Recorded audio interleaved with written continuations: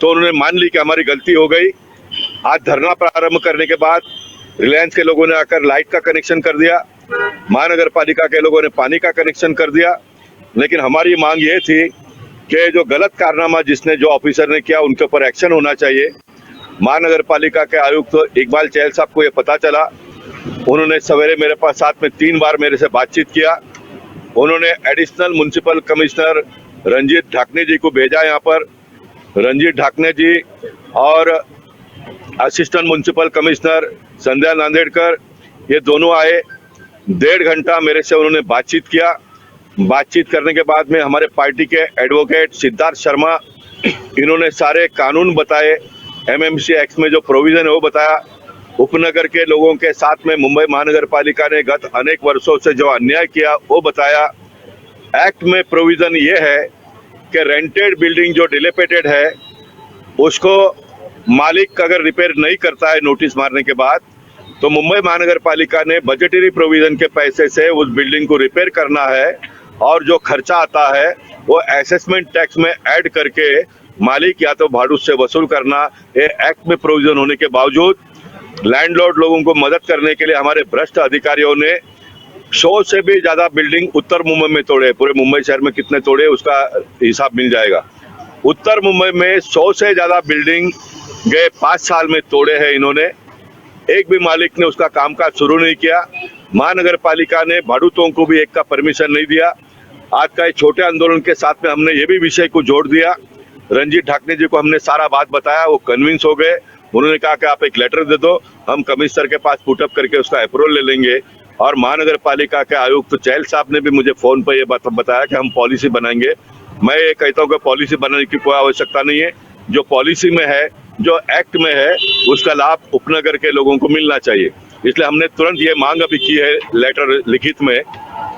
जो बिल्डिंग तोड़े हैं मालिकों ने, जमीन मालिकों ने 5 साल तक उसका काम शुरू नहीं किया है, तो अभी महानगर पालिका आयुक्त डायरेक्ट भाड़ूतों को परमिशन देते हुए, भाड़ूत अगर कैपेबल नहीं है बनाने के लिए तो महानगर पालिका अपने पैसे से बनाए और पूरा पैसा वसूल करे। ये कायदे में प्रोविजन है। मुद्दा नंबर ये एक ही है, जब तक ये घर नहीं बनता है, मुंबई शहर में 180 और 225 के बहुत सारे घर एसआरए के मिले हुए खाली पड़े हैं। 300 का कानून बन गया, इसलिए झोपड़पट्टी के लोग लेते नहीं है। तो हमारी ये मांग है कि ये सारे लोगों को ये 180 और 225 का घर दे दो, जिनको रहने का रहे, और इसका जो भाड़ा होगा भी मुंबई महानगर पालिका उनसे वसूल करे, उसमें हमको कोई प्रॉब्लम नहीं। एक जगह पे घर खाली पड़ा है और दूसरी जगह पे लोग बेघर हो गए, तो ये हमारी मांग है। छोटी छोटी मांग है, सारे विद इन द रूल्स ये मांग हमने की है। ये महानगर पालिका के आयुक्त ने तुरंत इसको मान्य करना चाहिए। मुंबई भारतीय जनता पार्टी के अध्यक्ष एडवोकेट आमदार आशीष शेलार जी ने मुझे निवेदन किया है कि आप ये धरना अभी बंद कर दो। मैं भी कल इंटरवीन होकर ये सारा प्रोसेस पूरा करवा लूंगा। उन्होंने मुझे आश्वासन दिया है, इसलिए मैं धरना समाप्त करता हूं। लेकिन एक बात को मैं ऐड करता हूं, 1 दिन लगे, 2 दिन लगे, 3 दिन लगे, जितना भी दिन लगे, इस विषय के ग्रेविटी को जिंदा रखने के लिए मैं मेरा दैनंदिन ऑफिस का काम कल से बंद करूंगा। जिस दिन ये परमिशन दे देंगे, कॉर्पोरेशन के लोग निर्णय ले लेंगे, उसके दूसरे दिन फिर वापस मैं ऑफिस में बैठना प्रारंभ करूंगा। अब मैंने ऑफिस में कब बैठना है इसका निर्णय मेरे पार्टी के नेता लेंगे। 1 दिन में करते तो मैं परसों से बैठ जाऊंगा, 2 दिन में करते तो उसके बाद में बैठूंगा। ये मेरी बात को कोई भी डिस्टर्ब पार्टी के नेता लोग ना करे, ये मेरी मांग है। क्योंकि इतना बड़ा अन्याय मुंबई शहर में अगर लोगों के ऊपर होता होगा और हम लोग अगर चुपचाप बैठे रहेंगे तो मेरे जैसा कार्यकर्ता इसको बर्दाश्त नहीं करेगा। जो भी पार्टी के कार्यकर्ताओं ने, नगर सेवकों ने आज मुझे सपोर्ट यहाँ पर किया, थोड़ी देर के लिए बोरीवली के विधायक सुनील रानी जी भी आकर चले गए, लेकिन उसके बाद में वो आए नहीं। मेरी नाराजगी है उसके ऊपर। एक सांसद बैठा है, मेरा काम नहीं है, और इस तरह से करना ये लोकशाही को अभिप्रेत नहीं है। पार्टी के जो पदाधिकारी है, जिला के अध्यक्ष है, 3 महामंत्री है, आप लोगों ने इसको गंभीरता से लेना चाहिए। मैं इतना बड़ा रिस्क ले रहा हूँ कहने का, क्योंकि मैं पार्टी को ठीक ठाक करना चाहता हूँ, लोगों को न्याय देना चाहता हूँ। मेरी ये कोई अपेक्षा नहीं कि मैं अपना मुंह बंद रखूं, पार्टी मुझे और एक बार टिकट दे, पब्लिक मुझे वोट दे और इतना बड़ा अन्याय होता होगा तो उसको मैं बर्दाश्त करूँ। ये मेरे खून में लिखा नहीं है। ये भारतीय जनता पार्टी के नेताओं ने मुझे आज तक जो भी ट्रेनिंग दिया उसमें ये नहीं है, इसलिए मैं इसको बिल्कुल मान्य नहीं करूंगा। ये बिल्कुल गलत हो रहा है। ये नगर सेवक और आमदार का काम है बोरीवली का। जो विधानसभा का आमदारों के उसमें टूटे हैं वो आमदारों ने इसको करना चाहिए। एक सांसद करके मेरे से जो भी मदद की अपेक्षा हो गई मैंने जरूर करना चाहिए, लेकिन 5-5 साल हो गए घर लोगों का टूटकर, और हम लोग सिर्फ चुपचाप बैठे रहेंगे और फिर वापस लोकसभा, विधानसभा और कॉर्पोरेशन का वोट मांगने जाएंगे। मुझे मान्य नहीं है, मुझे बिल्कुल मान्य नहीं है। मेरे देश के प्रधानमंत्री और 5 साल के लिए लोगों को अनाज मुफ्त में देने का निर्णय किया है, और ऐसे जगह पे नगर सेवक, आमदार और खासदार अपना अपना काम नहीं करेंगे तो एक प्राइम मिनिस्टर अकेले क्या करेंगे? बाबा मैं आपसे पूछता हूँ, क्या करेंगे प्राइम मिनिस्टर? प्राइम मिनिस्टर अपना काम कर रहे हैं, 16-18 घंटा काम कर रहे हैं, सब निर्णय ले रहे हैं, पानी देने की बात कर रहे हैं, लाइट देने की बात कर रहे हैं, लोगों को घर देने की बात कर रहे हैं, बात ही नहीं कर रहे तो दे रहे। लेकिन मेरे लोकसभा में जिनका घर बना हुआ टूटा और उनको घर नहीं मिल रहा है और कोई सिस्टम काम नहीं कर रहा है, इसलिए माफ करना, मैं एक छोटे से विषय को लेकर बैठा, लेकिन भगवान ने मुझे जागरूक किया और एक बहुत बड़ा विषय को हम अंजाम देकर आज घर पे जा रहे हैं। और ये मेरा आत्मविश्वास है 1-2-3 दिन में निर्णय हो जाएगा और बहुत बड़ा लाभ मुंबई शहर के लोगों के लिए होगा, जिनको आज तक जो कठिनाइयां झेलनी पड़ी, जिनको जो हैरान हो गए, परेशान हो गए, 15-15, 20-20 हजार रुपया भाड़ा देकर लोग रह रहे, उनसे मैं हाथ जोड़कर माफी मांगता हूँ कि हमारी लापरवाही की वजह से आप लोगों को ये परेशानी झेलनी पड़ी। लोकशाही में आप वोट देते हो तो आपको न्याय देना ये मेरा फर्ज है, मेरा एक काम है, ऐसा मैं मानता हूँ। लेकिन मैं सांसद बना 10 साल में, मैं हमारे लोगों के ऊपर डिपेंड रहा कि ये लोग करेंगे, लेकिन नहीं हुआ। आखिर मुझे रास्ते पर उतरना पड़ा और ये आज मैंने निर्णय किया है। मेरे व्यक्तिगत जीवन पर इसका जो भी परिणाम होगा मैं भोगने को तैयार हूँ, क्योंकि मैं राजनीति में लोगों का सेवा करने के लिए आया हूँ। और लोगों का सेवा करने के लिए मुझे कोई पद और प्रतिष्ठा की आवश्यकता ऐसा मुझे लगता नहीं है।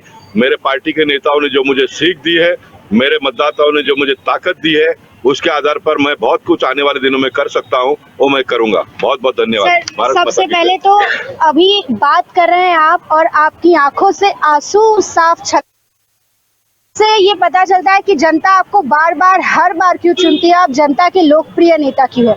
मेरा आपसे एक सवाल रहेगा कि जो मुंबई में अनधिकृत तरीके से 2 माला, 3 माला, 4 माला बनाया जा रहा है, इस पर कब रोक लगाई जाएगी? इस पर आज बहुत सारे पत्रकारों ने मुझे पूछा, उन्होंने डायरेक्ट पूछा।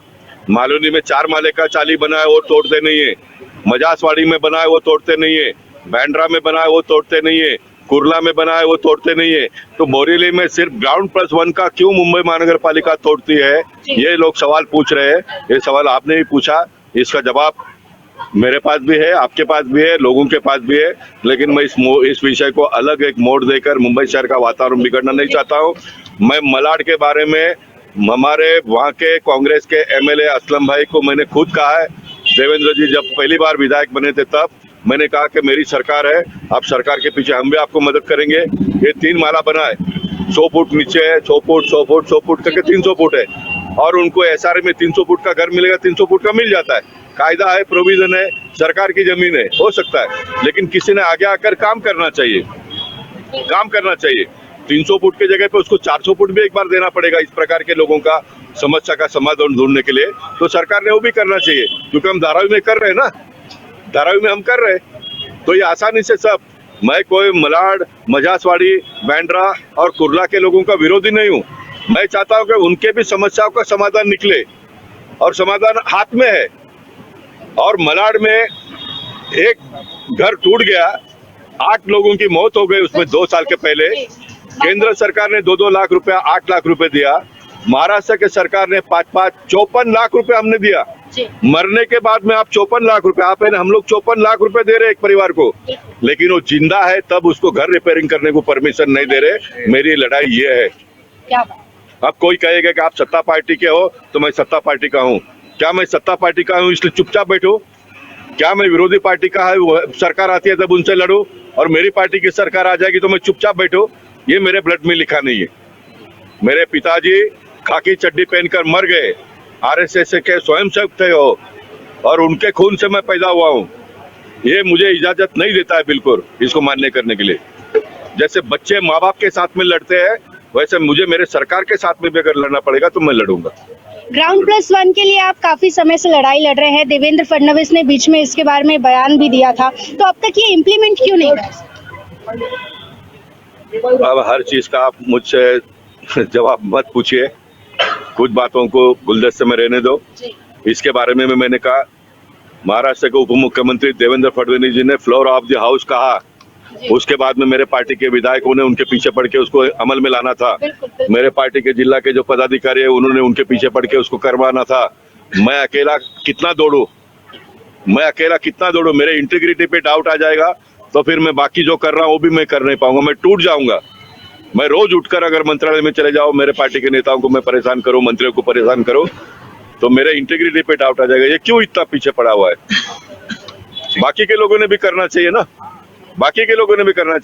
देश के प्रधानमंत्री ने कह दिया कि सबको हक्का पक्का घर मिलना चाहिए। देवेंद्र फडणवीस जी पहली बार मुख्यमंत्री थे, तब उन्होंने 2015 में कायदा इंट्रोड्यूस किया, 2018 में राष्ट्रपति का साइन होकर कायदा हो गया, 2011 तक के लिए सबको घर मिलेगा, इस प्रकार की व्यवस्था की है। और मैं जो पहले माले की डिमांड कर रहा हूँ, इसी प्रकार का प्राइवेट जमीन पे जमीन मालिक ने चाली बनाई, जमीन मालिक ने नीचे वाले को बेचा, जमीन मालिक ने ऊपर वाले को बेचा, उनको घर मिलना चाहिए, इतना ही मेरा मांग है।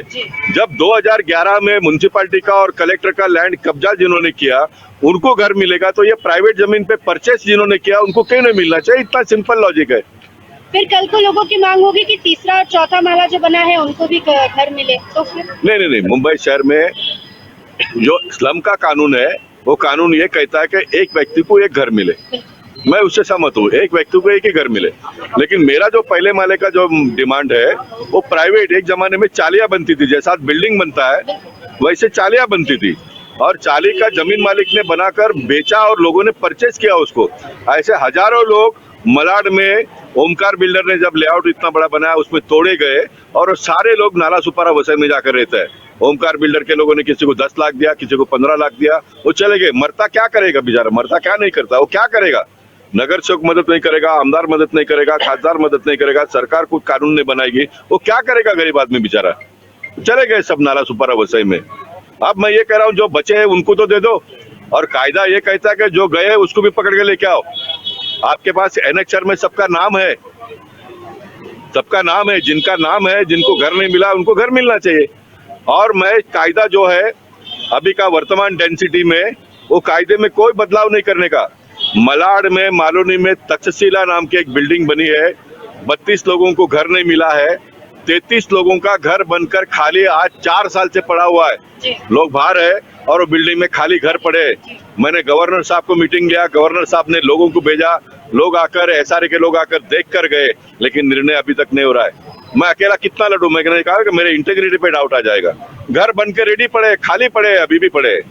कल आप आइए मेरे साथ, मैं आपको लेके जाकर बताता हूँ। तक्षशिला नाम के बिल्डिंग में 32 300 फुट का घर बनकर अभी भी खाली पड़ा है, और 33 लोग घर के बाहर है अभी भी। 4 साल हो गए। इतना होने के बाद में अगर आपकी अपेक्षा ये होगी कि गोपाल शेट्टी ने चुप बैठना चाहिए, तो मैं चुप नहीं बैठूंगा, पब्लिक ने जो ताकत दी है, पार्टी ने मुझे जो अधिकार दिया है, उसका मैं पूरा का पूरा उपयोग करूंगा। मैं आपसे एक बात कहना चाहूंगी सर, आप बार बार कह रहे हैं कि आप अकेले हैं, लेकिन अकेले नहीं है। मुंबई की पूरी जनता आपके साथ है। आप मुंबई करों के लिए लड़ाई लड़ रहे हैं। सांसद गोपाल शेट्टी से हमने बात की और किस तरीके से इन्होंने मुद्दा उठाया और लगातार लोगों का सपोर्ट और पार्टी कार्यकर्ताओं से भी अपील की कि जो मुद्दा इन्होंने उठाया है ग्राउंड प्लस वन के लिए, उस पर सरकार ने तो निर्देश दिए हैं, लेकिन अब ग्राउंड लेवल पर इसका इम्प्लीमेंट कब होगा, ये देखने वाली बात होगी। जब विधानसभा में उन्होंने कहा कि उन्होंने पीछे पड़ के